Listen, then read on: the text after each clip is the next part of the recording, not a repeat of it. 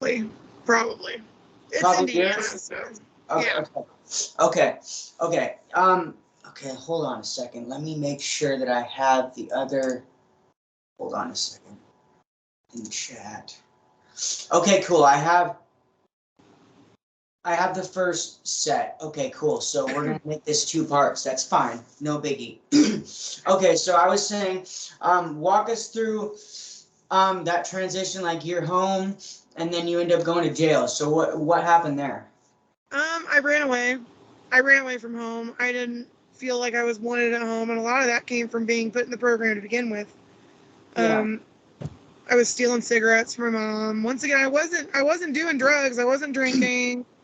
I just didn't feel wanted at home, so I got out of there. Like you don't want me to be here. I don't want to be here. All that mess. We ended up moving while I was in juvenile. They moved to Lafayette, and then we moved to Georgia together after I got out of juvie. Wait, so they called the cops on you for running away? Yeah. Oh wow. Okay. Yeah. Okay. That's some bullshit. Had my grandparents go find me and all that. That's some bullshit. Yeah, she couldn't even do it herself. You know what I mean? So it was completely stupid. And what's funny is the reason I ran away was because she told me to leave because I had a boy coming up from Indianapolis, and she was like, no. Wow. As soon as he got there, she was fine with it until he got there. And then she's just like, no, I never said that. I never said he could come. And I'm just like, but you did. So his mother had to come get us from Lafayette, from Indianapolis. It's like a 2-hour drive, like for her. And then as soon as I go, she reports me as a runaway. Keep in mind, this is the first time that she's done that. This is the first time. She's done it multiple times. She would tell me to leave, and then, Hell no. That's fucked up. Yeah. To do your own kid. I mean, that's fucked up. Were you adopted? Were you adopted? No. Oh my God, that's. I know. Worse. I feel like that's even worse. I know. I mean, there's a little bit of drama there, like one of the reasons I spiraled, at 12, and started sleeping with people and stuff like that. I found out that my supposed biological dad wasn't my dad. And they've been lying to you about it? They've been lying to me about it my whole life. That's the first way to go about it, man. You just be honest with them, man. Yeah. Like it's going to hurt them either way. Might as well be honest. Especially now. Like, to this day, she will not tell me the truth. To this day. Like, and I'm just like, I get then why you wouldn't have said something and why you were fighting it, because, who wants to tell their daughter that, hey, your guys' dad isn't your dad, and you and your sister are half siblings because I screwed around. You know what I mean? On your dad that you had. Yeah. And it was it was like a Jerry Springer episode. I was just like, my aunt was the one that told me that. Yeah. And I spiraled out of control. I didn't feel like I could trust anyone. I didn't feel like I mattered. You know what I mean? And so I sought attention from men. Yeah. Who were old enough to be my dad. Yeah. And that started that. In a sense, we are looking for the mother or the father that we never got as a child. Right. So we're looking to fill that void. So when people say like you end up marrying your mother or whatever, or your father, like that's why they say that, is because there's a lot of people that if they have emptiness within them, or they have undealt with trauma or any of that, they're looking to fill that void, to fill that hole. Right. My experience. Completely. 100%. So I definitely feel that. So they called the cops on you, had you arrested, so you were in jail. How long were you in jail? God, I don't even know how long I was in jail in juvenile. Probably 6 months that first time. And was it, in your opinion, was that a lot more laid back than the boarding school, huh? Juvenile. Yeah.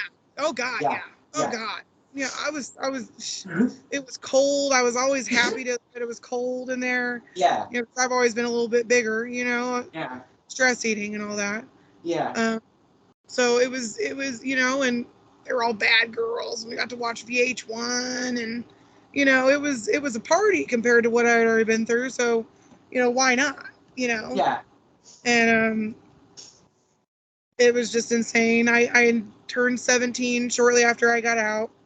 Okay. And my mom, we were in Georgia at that time. We had moved, Okay. you know, all that. And she gave me an option. She said, either you can go back to boarding school, or I'll pay you to move out. I will send you a check every 2 weeks Wow. to move out and to get out of my life. So, okay, I took getting paid to leave, you know? Yeah, of course. Yeah, yeah. Well, Who doesn't fuck want you that, anyways, right? but I'm taking your money. You know, Right. fuck you regardless, but I'm Get the taking your fuck out of money. here. Yeah. You know what I mean? Bye. Yeah. You know, like, Yeah. see ya. So I did, and I moved in with this. Oh my God, he was old. I'm not proud, you know what I mean? But like, Yeah, I lived in Wisconsin for a little bit, But you're looking for that. and I had met him, and his wife died of cancer, and we really didn't do anything, but he wanted to, and you know what I mean? But we were friends, so he let me stay there. I literally lived on MREs that he had from his time in the war. What are MREs for people that don't know? Meal ready, something. It's something they It's give like a you. military plant, like meal for like survival, That are good for years. They come in packets. Okay. You can eat them right out of the packet. It's like instant food, basically. Okay. Pouch, Okay. from Desert Storm. You know, and ramen. Yeah. And I had met a Native American man. He was Native American boy, and I was doing really well. Yeah. I was happy, you know, for what I thought was happy, you know, and Yeah. I had gotten the first check from my mom, and I was like, it was Father's Day coming up, and I wanted, you know what I mean? I wanted my mom. You know what I mean? That's just what it was. I missed my family. If you don't mind me asking, you don't have to answer this question. You really don't if you don't want to. But how much was you getting out of her life worth to her? Like how much? I got 3,000 every 2 weeks. Okay. Okay. Yeah. You It's know, still so fucked up. It's fucked up to put a price on somebody, though. You know. Right. You know? Right. You know what I mean? And I don't know if it was going to continue being that. Yeah. But you know, it was 3,000 for that first check. Yeah. At least you're gonna give me some money. I'm getting something out of it. You know. Right. But my first reaction was, I want my mom. Yeah, of course. I want to go see my mom and my stepdad. Yeah. So I took my boyfriend, and we took a bus to Indianapolis. My sister had a friend that lived in Indy that was wanting to go see her anyway. So we got to the bus station. He never showed up to pick us up. Who, your dad? Your My sister's buddy that was going to give us a ride to Georgia. Okay. So from Indiana to Georgia. Okay. I know it's confusing, but it's an important part of the I'm just trying to clarify for viewers. It's fine. Of course. Yeah. So he never showed up, and we ended up getting robbed at the Greyhound. I lost all my money. Greyhound is not a good place to be. Any city, not a good place. But I was 17 and I knew everything. You know what I mean? Yep. I had this all covered. You know. Yep. You know what I mean? I thought I was doing the right thing and all that. Ended up getting raped in downtown Indianapolis as well. Sold by my boyfriend for a bottle of tequila with the last $20 we had. Ended up getting picked up by the cops. You did? Us both, because we were walking. We were just walking, and obviously we didn't look like adults. Yeah. You know what I mean? So the cops ran our names. He came up as a runaway, and I didn't come up as a runaway because I hadn't called my mom. My mom didn't know we were coming. You know what I mean? My mom didn't know anything. Yeah. And, you know, obviously there was no emancipation. Yeah. Because she didn't want to have to be looked at like one of those fucking parents. Yeah. You know? So they call her and they say, look, your daughter's under 18. We can't let her leave from here by herself. So either you need to buy her a plane ticket to go to Georgia, or you need to be here and take her where she needs to be, because we can't legally let her go. Yeah. Yeah. And my mom said, well, and I was right in the room when she was saying this on speakerphone. She said, well, lock her up. Oh, wow. Lock her up, because I can't, I'm not dealing with her. He's like, well, we can't do that. She hasn't done anything wrong and she's not a runaway. And she was like, I don't care. I'm reporting her now. Lock her up. So they put me in a non-restrictive, like, juvenile place in Henry County, I think. I don't remember the exact name of it. It was awesome, though. I mean, I got jeans and hoodies, and I had straightener and makeup, and the staff was great, you know. And I went to court, you know, the judge was like, you know what, I'm so sorry that you're going through this, because you seem like a lovely young lady. And I was. I knew my manners, you know what I mean? I was always respectful to people, because I knew what it was like to be disrespected. And I knew what it was like to have nothing and to be stripped of everything you are. Yeah. You know what I mean? My knowledge of that was unbelievable, you know? And so it came down to it. The judge didn't want to do it, but I had to be extradited down to Georgia to be with my parents. Okay. That was, you know, he said, your mother's going to pick you up from the airport in Georgia, and then you guys are going to figure out, you know, in therapy or whatever you guys need to do to work this out. And he wished me the best, and I got put on a plane and sent to Georgia. Well, when I got off the plane, she wasn't there. Of course. Cobb County Police Department was there. So I was taken off the airplane, you know, the like accordion like thing where you go to the gate. Yeah.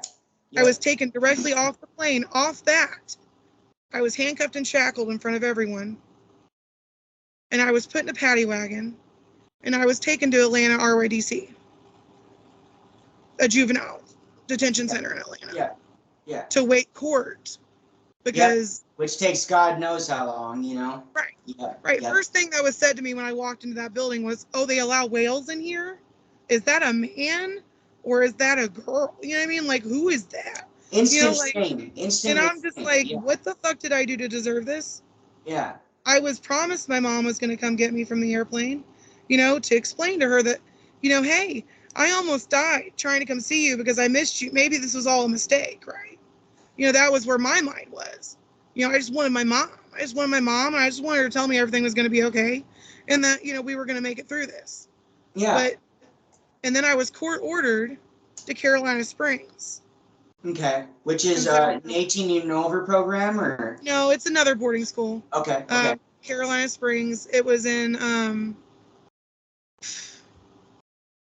W.W.A.S.P, South Carolina, and it was like right on the border of South Carolina and North Carolina. Exactly like Spring Creek. Okay. Did they have seminars? Yeah. Like Spring Creek? The same seminars? Do you know if they were the same? Seminar. Okay. Yep. It was the same thing, same people, same owners. It was still the you know, Chafin and Cameron. It was literally sister to sister. Dude, how many schools do they? I wonder how many goddamn schools these people own. These motherfuckers are in it deep. At least 10, I think, at one point. They're in it deep. Like, it's crazy. That's why I'm a firm believer that this can't be regulated. They just have to be shut down. Yeah. You know? Yeah. This shit goes way too deep. It goes way too deep. The rabbit hole for this is way too deep, man. And the people that support it. I mean, it's going back. It's going back to George Bush. Like, that's, you know what I mean? Like that. I'm a hardcore Republican. I always feel like I have been. You know what I mean? Like, and to find out that Mitt Romney and George Bush and all these people are one of the reasons why I was in. You know what I mean? Like, yeah, they endorsed it. It changed me forever, and now I'm a hardcore liberal. You know what I mean? Fuck that shit. You know? Yeah, and not to mention, I'm only gonna say this one time because of, you know, I could get, you know, in trouble for saying this, but this also has very deep ties to MK Ultra and Monarch Mind Control. Yep. That's all I'm gonna say. I'm gonna say. Okay, I'm not gonna say anything further. If you know, you know. If you don't know, you should get educated to it. Right. That's all I'm gonna say. But they're deep pockets. Yeah, this runs really deep. Okay, and so yeah, I was just gonna make that point. And so you went there. It was a lot like Spring Creek. How long were you there? I was there. I turned 18 there. Okay. And then I went to Costa Rica shortly after I turned 18. To 18 like within a couple of months. 18 and over program now. Okay. Yeah. Yeah. I was level 3 before I turned 18, and I got level 4 for my birthday. So they gave it to you? Yeah. Yeah, they give you a level when you turn 18. Just when you turn 18. Okay. Right. So my family came, we had a visit. They took me to the Biltmore in North Carolina. Was this your first visit? My first actual visit from my family ever in program history was at Spring Creek. I was there for a year and a half, and they pushed me through into focus. Okay. Even though I wasn't a level. Did you graduate or just get pushed through? I didn't graduate. Okay, ever. so okay. Yeah. Okay. That leads into this. I went to PC1 at Spring Creek because they thought seeing my family would make me motivate. Right. To fix it.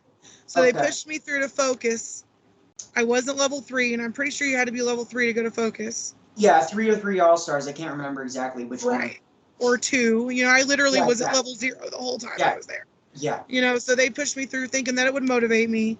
Yeah. After focus didn't work, they put me through PC1. And that was the first time I saw my parents was like at 2 years. I was there when I went to PC1. But when I got level 4 at, Carolina Springs years later, they were so happy that I was working the program and and I was faking every fucking minute of it. You know what I mean? Like I didn't believe in fucking dick shit, but I knew I was court ordered there, and lo and behold, my mom starts showing me some attention. So I'm grabbing that. You know what I mean? I'm whatever, fake it till you make it. I'm and then I find out that whole home visit or that visit, that I get to go to Costa Rica. Hell fucking yeah. You know what I mean? Like, here I am getting my hopes up again. Things are working out. And since I'd already been through PC1, I got to skip PC1. So when I finally went to Costa Rica, I got level 5. Staffed some seminars. One of the hardest things I ever had to do. One of the hardest things you ever had to do? Yeah, because I had to put those kids through that. Yeah. The life exercise sticks in my head, and to this day, I don't think I can ever go on a cruise. You know what I mean? Because the whole time I'm just going to be freaking out. I think about it. It sounds fun, but then I just one of those days I just remembered it, and I freaked out. I had a panic attack. You know what I mean? My addiction got a lot further, when that happened. And I've never really been addicted. I always said I was never really addicted to drugs. I like to dabble. Yeah. Once I got out of the program, but it's once I started remembering these things and things started coming back, and I was like, fuck this. I want that shit gone. Yeah. You know what I mean? I don't want to remember anything. I had nothing good to say about it. I almost felt like I had been brainwashed at home. You know what I mean? Because I took that shit home, and I was like, it wasn't a big deal. I'm fine. My grandparents were talking shit about my mom, and I was like, I was literally brainwashed from the ground up. So when it was time for PC5 to go to the seminar, or PC2, I went to Georgia to have a home pass to go to that seminar. But my mom was too busy. She said, we're not doing the seminar. You can just stay home. Don't worry about it. You'll be fine. It doesn't matter that I don't go. It doesn't matter that we don't participate. And then I just went right back to, well, fuck this. If you don't care, I don't care. What the fuck have I been doing all this for? What the fuck was the point of you court ordering me to this bitch? Again. Yeah. Feeling all this trauma. Again. Yeah. I mean, it was just, it broke my heart. I actually have. And once I got back, I was like, I was okay for a couple months. School started slowing down because people were cheating. Yeah. So I was going to have to be there till I was nearly 20 and a half to actually just graduate high school. I was going to be done with the program before I was going to even graduate high school. Did you end up graduating eventually? No. High school? No. I took my exit plan and I got the fuck on. No, I mean high school. Did you graduate high school? No. No? No. Okay. No, because it started slowing down way too much, and that's when I took my exit plan. Okay. I said, fuck this. She doesn't want to do the fucking program. I can't graduate school the way I want to. I'm leaving. I'm done. You know what I mean? I'm done playing your guys' game, and I'm done being a part of this bullshit. Yeah. It was one what wasn't worth it anymore. So you just ended up leaving from the 18 and over program at that point. Yep. Okay. Yeah, I was gonna say one thing. I was 19. Okay. Actually, when I was in rehab, this most recent time, lo and behold, I was doing rehab, right? And I was in one of these groups, and they tried to pull the life process on me again. And they started bringing it up the second they started bringing up what it was about. I'm like, nope, stood up right away. I was like, I'm out of here. I was like, I don't give a fuck what you guys are trying to tell. I'm not participating in that. And she was like, oh, no, it'll be fine. And I was like, no, you don't understand. It will not be. You don't fucking understand. I literally was traumatized with this fucking process. I was like, get that shit as far away from me as possible. At your developmental age, when your brain was developing, when your brain couldn't even. You want me to tell everyone I know and care about to die? Yeah. And then you bring up my parents have to die because I get to pick two people? Yeah, who am I to judge people who lives and who dies? Are you out of your damn mind? Like, fuck that shit. It's one of the most fucked up processes, in my opinion. I went through Discovery like 3 different times. I went through Focus twice. I mean, I couldn't do it another time. I couldn't. I didn't staff many seminars because I couldn't put other kids through that. I couldn't do it. Yeah. I could not do it. I've been stood up in seminars for having pictures of, guys that skate park that my mom sent me, called out in front of all those people and kicked out of the seminar. Like, those seminars are horse shit. I don't give a fuck. It didn't do shit for me, except for the I am statement and the purpose. That's the only thing I took from it. I can't remember mine anymore. Yeah. It's just how much I blocked it off. You know what I mean? That was the only good part about it. Just the gist of it is just take like 4 words about yourself that describe you to a T. Bam. You know what I mean? That's easy. They could have just told us that. You know what I mean? Instead, they had to put us through all of this extra rigmarole bullshit. Right. And like, I can't even do rehab now. Like, any kind of group environment where there's feedback and all this other shit, I panic. I go into my anxiety because I feel like I'm going to be pinpointed out like I was 1,000,001 times in those groups, because those girls are basically forced to talk shit about you and that shit. Well, yeah. If they want to succeed, if they want to work their program, they have to call people out. You know what I mean? And why not call people out that's already being called out? You know what I mean? And it's just any group environment at all. Yeah, survival of the fittest when it comes to that. Like, it's every man for himself. I don't blame any one of those girls. I blame the people involved in that. And I mean fittest like in the mind sense. Of course. I just want to say that and clarify. For anybody that might try and take my words out of context or something. Right. You know what I mean? Because they will. They will. Yeah. There's a lot of God love opinions, but damn. Yeah, there's a lot of hecklers on the internet. I haven't ran into any yet, but I know that they're out there. And it's good to be prepared. Yeah. Yep. Okay. Let's go over some individual questions. Did you have anything else you wanted to add to your story before I started asking some individual? No, please ask questions. Okay. What was your first experience with a runner? Did you see any runners? What did you hear about their policies when you first got there? I think that was my first Cat 4, actually, because I was looking out into the field. I was just daydreaming. I was just taking in the sights of Montana, like they said you could do, and then I got hit with run plans, you know what I mean? Because I was looking out. There was a couple runners when I was there, because I remember hearing on the radio and I remember being locked down. But I feel like they were boys. I don't remember any girls that ran.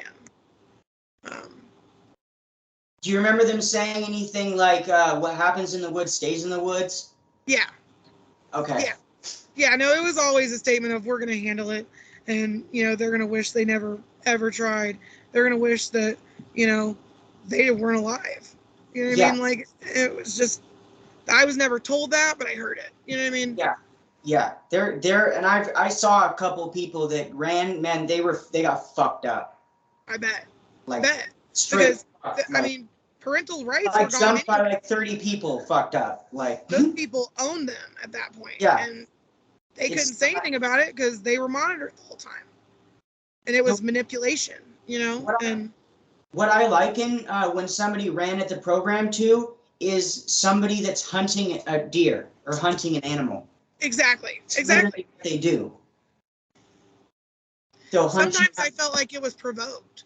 You know what I mean? Like they were provoked to run or dared to run or, what are you going to do? Run away? Yep. And, and basically putting that idea in their mind and hoping they act on it so that they can, code red the situation, Well, there's a lot of people there, too, that got off on violence and got off on consequenting people. And I know for a fact, because I know, especially when I got on the upper levels, I started to see more and more. There was definitely junior staff that would pick certain individuals right when they got into a family and be like, okay, these individuals I'm going to fuck with like no tomorrow today. Punishing kids. Yep. You know what I mean? It's that God complex, that cycle man. over and over again, passing that down, grooming the situation, and then putting them out in the world and then releasing that, trauma, anger, and motivated, because they were powerful. They had power. So God forbid what, bullies they sent out into the world after that, and they didn't even know that they were doing, you know what I mean? Like, it's like the police department, I can't say I've had any good reactions, to the police, and I'm a polite person. Yeah. Most of the time when I've been locked up, I gave my ID to the police. I was nice to the police. Yeah. And I got just shoved into a cell and locked away. Fuck my trauma. You're just a piece of shit who just decided to break the law. Yeah. My first charges were forgery because I didn't know that I couldn't write a check, for my bank account when there was nothing in it. Because we don't learn these life skills. We don't learn how to fucking pay taxes. None of that and shit, you're just let go. You're just like, good luck. Have fun. Life is on pause. Like your life hits straight pause when you get sent there, man. And then it zooms to get out, man. Credit and shit like that. I wish I would have known something about credit because my credit's fucked too. Yeah. And most of it's medical bills. I've never had a credit card. Yep. I just, there's a lot of things that I wish I had been able to experience normally in teenagehood. And been taught and given a chance to grow and not just locked away. Yeah.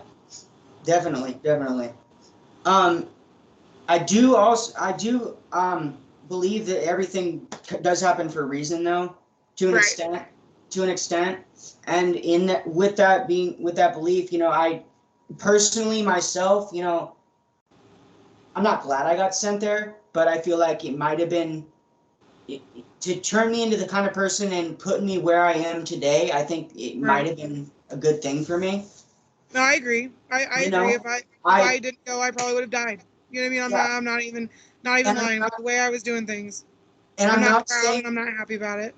But, and I'm not saying that for anybody that might try and take my words out of context or something. I'm not saying at all that the program was all positive or that it was fucking all good and right. There's ways they could have done it without doing what they did. Yeah. But like it seems for me and you know what I mean? Like we took that away from it. And that happened later. That happened way later. Like you guys said, I know who I am now. You know what I mean? I know who I am now. I'm happy with who I am now. And it took me now being grateful that I was there because I would have been dead There is no question. Yeah. But that's just my story. You know what I mean? That's not everybody's story. You know what I mean? And there's going to be hate some every people that damn are going to minute of come that in here school. and be like, my experience was horrible. There was nothing positive about it at all, you know? Right. Like And Lacey that's yesterday. right. Lacey's yesterday was pretty much, she saw it pretty much all as negative. So there's going to be people Lacey, like that. Lacey And had that's such a situation. I feel for her completely. Like that was. Yeah. But you know what I mean? Like. But that doesn't invalidate anybody's story. Exactly. Everybody's story is valid, and everybody's We all story went through deserves to trauma. be told. Yeah. You know, and regardless of what that means, regardless of how you feel about it, regardless of what you took or didn't take from the program, you know, it's something we all experience together. So we need to, you know, stand together. You know. Yeah. Definitely. Completely. Yeah. Yeah, I think this podcast will be a good thing. I hope that it reaches out as far. I hope it reaches out to these galaxies and beyond. For me, like one of the best things I've taken from the previous episodes was I don't remember a lot about it. You know what I mean? Like I couldn't tell you a day-to-day anything because I just blocked it out. So it's nice to have, you know what I mean, to hear other people talk about it because it, well, number one, makes me feel like I'm not alone. Two, it validates that, hey, it was traumatic. You did go through something that traumatized you for the rest of your life. And it's okay to feel that way sometimes and to be able to relate to people.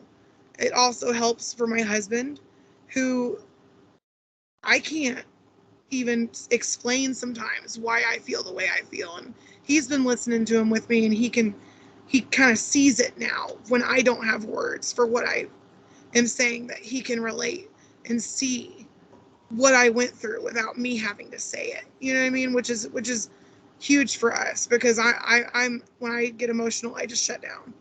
I just shut down and I cry and I can't stop. And I used to use, and it made it easier.